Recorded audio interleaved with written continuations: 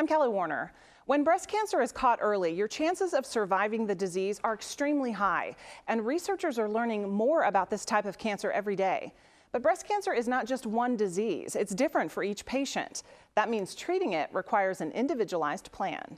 Dr. Keith Wells, a medical oncologist with Willamette Valley Cancer Institute in Corvallis, says breast cancer is not the same for everyone. Each individual's breast cancer is different, and it affects them in different ways. Where it has spread to, how big it is, all of that plays a role into different treatment options. Targeted therapies can be used to treat breast cancer by targeting specific characteristics to cancer cells, such as a protein that allows the cells to grow quickly or abnormally.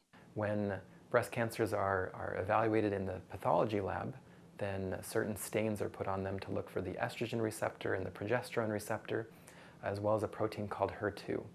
And whether the breast cancers express those receptors and proteins depends on what treatment we can give them.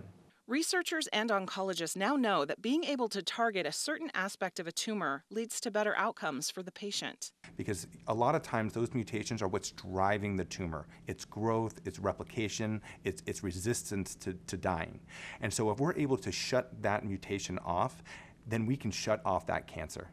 And in general, we can say that not only is it more effective, longer lasting, but also many times less toxic. And that's an important part of our treatment. However, medical oncologist Dr. Jon Gross says in cancers that have no positive hormone receptors, including a subtype called triple negative, targeted therapies don't work. So treatment is often a combination of surgery, radiation, and chemotherapy. Another area of breast cancer research right now is focused on immunotherapy. Which these are harnessing our own immune system to recognize the cancer and attack those cells. So we have made some tremendous strides over the past few years, and there's still active research that I would anticipate that our survival rates continue to improve over the years, without a doubt. It's estimated that 85% of women who develop breast cancer have no identifiable risk factors. That's why regular screening is so important.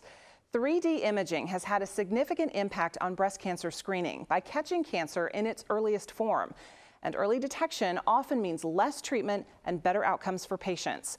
3D mammography also reduces the number of women being called back for false positive test results. I'm Kelly Warner.